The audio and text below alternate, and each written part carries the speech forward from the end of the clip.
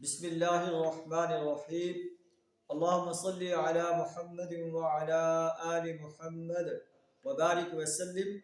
عن عائشة رضي الله عنها قالت: كان النبي صلى الله عليه وسلم يعجبه التجمل في تنعله وترجله وطهوره وفی شأن کلہ.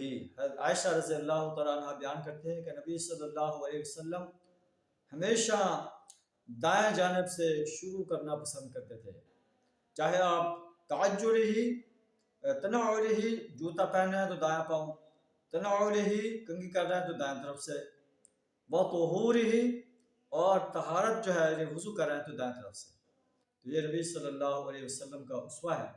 اور آپ فرماتے ہیں وفی شأنہ کلہ، ہر کام کی ابتدا نبی صلی اللہ علیہ وسلم داہنی طرف سے کرتے تھے.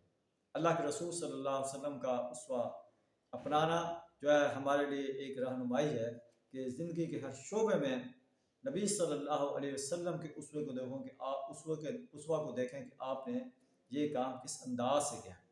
اگر اسوہ رسول صلی اللہ علیہ وسلم کے خلاف چلیں گے، اپنی طرف سے کوئی چیز ایجاد کر لیں گے تو یہ نبی صلی اللہ علیہ وسلم کے اسوہ سے انحراف ہوگا.